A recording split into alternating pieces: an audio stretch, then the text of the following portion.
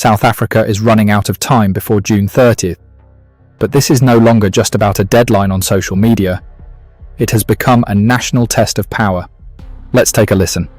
The 30th of June has nothing to do with March and March as an organization and everything to do with South Africans who are calling on their government to make sure that by the 30th of June they have a plan that lays out fundamentally how they're going to deal with the issue of illegal immigrants.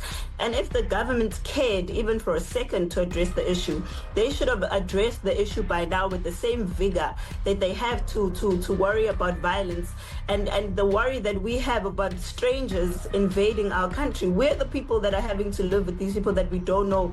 And recently we saw some of them are even people who are on Interpol, as I mentioned, people who are coming and running away from crimes they've committed in their country. There's another one from Malawi who killed 2,000 people in Malawi, but is still in the country today, fighting not to be extradited back to his country. We do not want to live with those people, and it's the government that allowed them to come into our country. Therefore, the biggest issue that they should be dealing with is how do they get these people out of our country, secure our borders, and make South Africans feel safe in their own country. We don't want the destruction of South Africa. We're South Africans. There's nothing we want to see more than for South Africa to prosper. The problem here is they're focusing on the wrong people. Instead of focusing on South Africans, use that energy and that same resources that you want to use on us on tackling the issue of illegal immigrants. That's what we're asking for. On one side, anti-migrant organisers are pushing ahead with a shutdown threat linked to the demand that undocumented foreigners must leave South Africa. On another side, political actors are moving closer to the campaign. But now the state is pushing back, and South Africa's biggest labour unions are warning workers not to join. So the question is no longer only, what happens to migrants on June 30th? The deeper question is, who is trying to control South Africa's streets? Listen to this. Teresa from March and March to speak to us. Firstly, you are here today from March and March, but standing, one could say, in one voice with Operation Dudula. Yes, good morning. That's correct. I'm standing here in one voice representing March and March because it seems like we have the same belief. And we feel that the South African Human Rights Commission is a unpatriotic NGO because they are fighting for the wrong side. They should be fighting for South Africans, not undocumented foreigners or foreigners per se. They should, if they want to fight for... How about the elected government in Pretoria? Organised labour, political parties, or movements that can turn fear into pressure? Welcome back to the South Africa File. This is where we follow the history, the power, the politics, and the consequences. In the last episode, we looked at how June 30 became a panic point, even though it is not an official government deportation deadline. We asked how a date promoted outside the state could frighten families, close shops, move governments, and force a national conversation. But now the story has moved again. The battle has shifted from fear in migrant communities to a bigger institutional showdown. This is now about shutdown politics. It is about worker discipline. It is about political opportunism. It is about whether street movements can force the country to move around their calendar. And that is why this moment matters. Because when a movement can set a date, create fear, call for a shutdown, pressure workers, and force the state to respond, we are no longer looking at a normal protest. We are looking at a struggle over authority. To understand the scale of this moment, we have to look at the forces lining up. March and March has been at the centre of the June 30th deadline. The message is simple and severe. You undocumented foreigners must leave, or the country must face mass action. Operation Dudula-style street politics is also part of the wider anti-migrant atmosphere. And the MK party has reportedly backed March and March, which means this issue is no longer only a street-level campaign. It is becoming political currency. That matters, because the moment a political party aligns itself with anti-migrant mobilization, the migrant becomes more than a person in the community. The migrant becomes a political symbol, a symbol for unemployment, a symbol for crime, a symbol for broken public services, a symbol for all the pain that the state has failed to fix. But symbols can be dangerous. Because once people are reduced to symbols, it becomes easier to blame them for problems they did not create. But let's be honest about the anger driving this moment. Many South Africans are angry for real reasons. Unemployment is painful. Crime is painful. Corruption is painful. Weak public services are painful. Communities are tired of being told to wait while the same problems keep returning. And yes, South Africa has serious immigration management problems. There are gaps at Home Affairs. There are problems with documentation. There are employers who exploit undocumented workers to cut wages and avoid responsibility. There are communities that feel government has lost control. But this is where the danger begins. Real anger can be taken by organisers and turned into a weapon. A worker who is angry about low wages can be told the foreigner is the reason. A community angry about crime can be told nationality is the evidence. A young person with no job can be told that migrants stole the future. And once that happens, the anger has been sent to the wrong address. That is why the labour union intervention is so important. COSATU, FEDUSA, SAFTU and NACTU have urged workers not to join the anti-migrant protests around June 30th. Their warning is serious. Workers who skip work for this action may not be protected. That changes the whole story. Because organised labour is telling workers something street movements do not want them to hear. Listen to this. Cyril Ramaphosa, you like it or not, we don't need foreigners here. Document or not document, please take and go. Enough is enough. Ramaphosa must fall. Ramaphosa must fall. We don't need Ramaphosa. All foreigners are belong here in South Africa. No one are belonging here. Ramaphosa, take them back home. Let them go. Removing migrants will not reopen factories. It will not repair municipalities. It will not strengthen hospitals. It will not create sustainable jobs.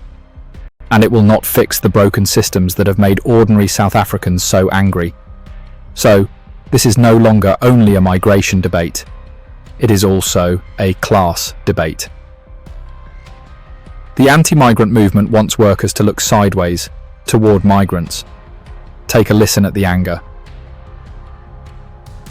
We will mass deport them. We will close businesses that hires illegal foreigners. We have no time. We don't want them here. We want them out of this country because our people don't get jobs. We're sitting in a country where 60% youth unemployment. 60% youth unemployment. And you tell me we still want to give Zimbabweans a job. It's going to end. I'm saying to you, 2024, something is going to happen here. And that something is the Patriotic Alliance. And we will not take money. We will not be bribed. We will not change our stance. They are going home. However, the unions are telling workers to look upward, toward power. Look at employers who exploit cheap labour. Look at politicians who failed to create jobs. Look at municipalities that collapsed. Look at corruption. Look at Home Affairs. Look at the economic system that has failed millions of people. That is the real battle behind June 30th. Not only South Africans versus foreigners, but street power versus organised labour, populist pressure versus constitutional authority, shutdown threats versus workers' livelihoods, and fear versus law. Now the state is trying to draw its own line. Listen. Police must arrest criminals. Whether a criminal is a South African or is not a South African, must be arrested. You cannot loot shops, whether they are owned by foreign nationals or whether they are owned by South Africans. Looting is breaking the law. They must be arrested. Hence, even those who are attacking foreign nationals, when you break the law, you must be arrested. That is why we are making a call to the people of KwaZulu-Natal and the South Africans that they must not take the law into their hands. There is no country wherein ordinary citizens will take the law into their hands. We must deal with the element of criminality, and we must reject criminality element in our society. When you see some of the South Africans committing crime, being South African, you must reject that. You must isolate them. You must report them to the police. Because when they commit crime, crime is not tolerated in our province. President Cyril Ramaphosa has warned that immigration enforcement belongs to government and authorized officials, not private citizens or street groups. That line is important.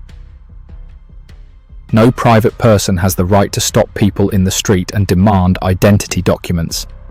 No movement has the authority to decide who must leave the country.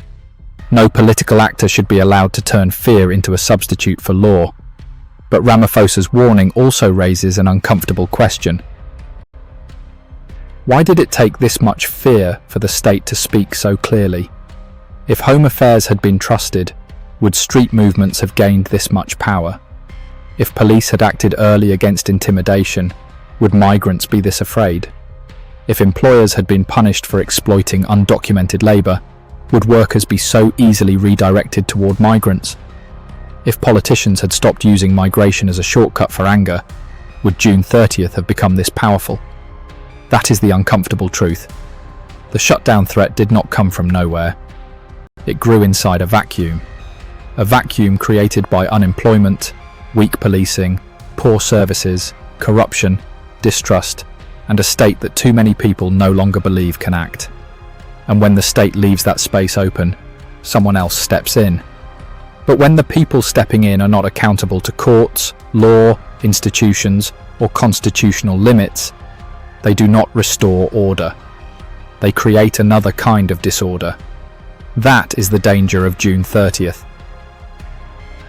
If this shutdown succeeds as a pressure tactic, other movements will learn the method, set a date, create fear, target a vulnerable group, force government attention, claim victory, then repeat the method when the next grievance appears.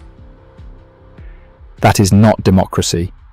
That is intimidation politics. And once that becomes normal, migrants will not be the only people at risk. Any group can be labelled the problem. Any community can be targeted. Any fear can be organised into street power. So South Africa now faces a choice. It can allow June 30 to become a model for how fear controls public life. Or it can draw a clear line. Workers should not be pushed into xenophobic shutdown politics. Migrants should not be used as scapegoats for state failure. Communities should not be abandoned to fear. And the state should not outsource its authority to the street. If South Africa wants to manage immigration, it must do so through law. If it wants to protect jobs, it must confront employers and economic failure. If it wants to fight crime, it must investigate criminals, not nationalities. And if it wants to defend democracy, it must make sure that fear does not become the most powerful political language in the country. June 30th is not just a shutdown threat. It is a test of the state, a test of organised labour, a test of political parties, and a test of whether South Africa can handle real immigration concerns without surrendering the streets to fear. This is the South Africa file: history, power, politics, and consequences. If this kind of evidence-based analysis matters to you, please like this video, subscribe to the channel and turn on notifications so you don't miss the next investigation. Also share this episode with someone who cares about South Africa, workers, migration, democracy, or the future of the rule of law. Before you go, I want to ask you two questions. First, should workers join the June 30 shutdown, or are the unions right to tell them to stay away? And second, is June 30 really about immigration enforcement, or is it about who gets to control South Africa's streets? Put your thoughts in the comments, and let's keep this conversation serious, honest, and grounded in evidence.